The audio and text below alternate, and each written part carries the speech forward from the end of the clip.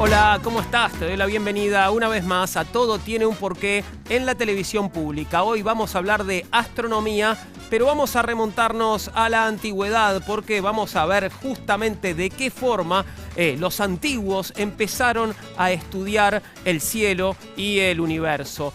A partir de qué momento la humanidad empezó a estudiar el cielo, con qué instrumentos, de qué manera lo hacían, cuál era la teoría que tenían sobre la relación entre nuestro mundo y el resto del cosmos. ¿Qué fue la teoría geocéntrica? Vamos a contártelo hoy. ¿Quiénes fueron los primeros astrónomos? ¿Quién fue Eratóstenes, uno de los señores que tengo aquí acompañándome, además de Aristóteles y Ptolomeo? De ellos, por supuesto, vamos a hablar en la tarde de hoy. ¿Qué es una constelación? ¿Qué es un asterismo? De eso hablaremos, buscaremos las respuestas con especialistas que nos visitan y que tenemos también esperándonos para establecer contacto con ellos. Vamos a empezar a hablar de la astronomía en la antigüedad con nuestro primer invitado. Hoy nos visita Cristian Karman.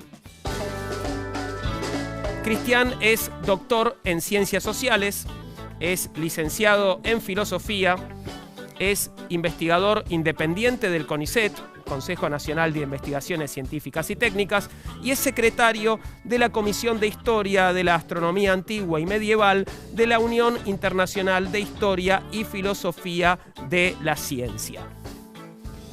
¿Cómo estás, Cristian? ¿Todo bien? Muy bien, gracias por la invitación. Gracias a vos por venir. Ahora aparece en escena Aristarco de Samos. ¿Qué viene a decir Aristarco de Samos con respecto a la teoría geocéntrica de Aristóteles? Bueno, nosotros sabemos que Aristarco es probablemente el primero o uno de los primeros que sostuvo el heliocentrismo. ¿Qué es? El heliocentrismo es que en el centro está el Sol, Helios, y no la Tierra, y en principio todo giraría alrededor del Sol. Lo que sabemos es que Aristarco sostuvo que la Tierra giraba alrededor del Sol. No sabemos bien qué pensaba él del resto de los planetas. Uno podría pensar que los planetas seguían girando alrededor de la Tierra y la Tierra giraba alrededor del Sol. Como de hecho pasa con la Luna, por ejemplo. La Luna gira alrededor de la Tierra y la Tierra alrededor del Sol. Pero es el primero que sostuvo efectivamente que el Sol estaba en el centro y la Tierra giraba alrededor. Ahora, y él estimó también los tamaños de la Luna y el Sol. Exacto. Aristarco. La única obra que se conserva de Aristarco no habla del heliocentrismo, se llama Tratado de los tamaños y las distancias del Sol y de la Luna, y calcula el tamaño del Sol y de la Luna, que es una locura para un griego. Claro, ¿no? con instrumentos muy precarios, ¿no? Con instrumentos muy precarios, con matemática muy precaria y con muchísimo ingenio, ¿no? Él, como te había dicho hace un rato, sabemos que tienen los mismos tamaño aparente. O sea, cuando vos lo ves en el cielo, tienen como el mismo tamaño. Por lo tanto, si el Sol está más lejos, tiene que ser más grande que la Luna, y va a ser tanto más grande que la Luna cuanto más lejos esté. Entonces, si vos calculás la proporción entre las distancias, podés calcular la proporción entre los tamaños. Y él obtiene que el Sol está 18 veces más lejos que la Luna, en realidad está mucho más lejos. Sí. Por lo tanto, el Sol era al menos 18 veces más grande que la Luna. Y era un valor, insisto, hoy muy pequeño para el tamaño real del Sol, pero era impresionante para la época. En esa época se pensaba, algunos habían dicho, el Sol es muy grande, tan grande como todo el Peloponeso. O sea, las proporciones eran absolutamente distintas. ¿No? Hay un argumento muy lindo y muy fácil de calcular las distancias. ¿Qué es cuál? ¿Qué es cuál? Gracias, me encanta, porque quería contarlo. Él dice que, digamos, si vos te imaginás un triángulo en el que tenés el Sol, la Tierra y la Luna, por supuesto, si vos conocés dos ángulos, podés armar todo el triángulo, ¿no? Entonces, él dice, yo desde la Tierra puedo medir el ángulo que hay entre el Sol y la Luna sin ningún problema. Apunto donde está el Sol, apunto donde está la Luna. Pero me falta otro ángulo. Y él se da cuenta que en un cuarto creciente exacto, o sea, cuando vos ves exactamente media luna, el Sol está acá.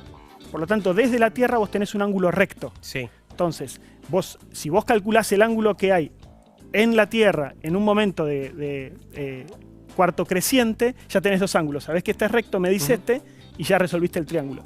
Él hace eso, dice que está a 87 grados y eso le da que un lado es 1 y el otro 19. Ok. Ahora, la teoría de Aristarco, el heliocentrismo de Aristarco, estaba un poco más cerca, digamos, de la verdad que la de Aristóteles. Sin embargo, no fue tan popular. ¿Por qué? ¿Qué pasó para que Aristarco no pegara tanto como pegó Aristóteles en la antigüedad? Bueno, el punto es que poner en movimiento a la Tierra, o sea, suponer que la Tierra gira, no es barato, ¿no? Es carísimo, porque hay un montón de argumentos en contra de suponer el movimiento de la Tierra.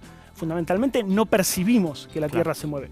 Y Y la Tierra se mueve muy rápido, porque los antiguos sabían, da una vuelta por día si es que se mueve, y si tiene un radio de, creo que es, no sé, 40.000 kilómetros, está yendo como a 1.600 kilómetros por hora. Nos estamos moviendo ahora, 1.600 kilómetros por hora, y no lo notamos. Y no lo notamos. Evidentemente no puede ser.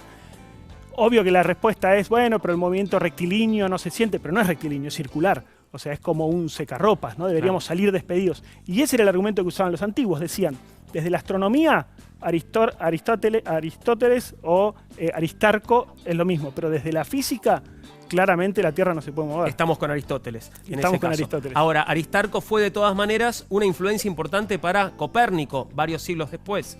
Sí, esa es una historia lindísima también, porque en el De Revolutionibus, que es la obra que publica Copérnico con su heliocentrismo, había citado a Aristarco y después lo tachó. O sea, se encontraron los manuscritos donde está el tachón y en la publicación no aparece Aristarco, pero en los manuscritos sí.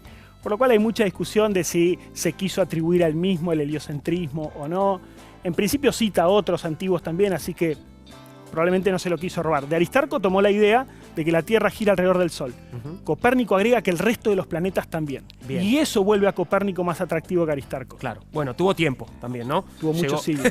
Tuvo muchos siglos para madurar eso. Detrás tuyo hay unos señores, uno de ellos es Eratóstenes. Tengo entendido que es un experimento muy valioso, muy interesante. Antes de que me lo cuentes, lo presentamos. ¿Te parece? Buenísimo. ¿Quién fue Eratóstenes? ¿Quién fue Eratóstenes? Eratóstenes fue un matemático, astrónomo y geógrafo griego, una figura clave en la ciencia de la antigüedad.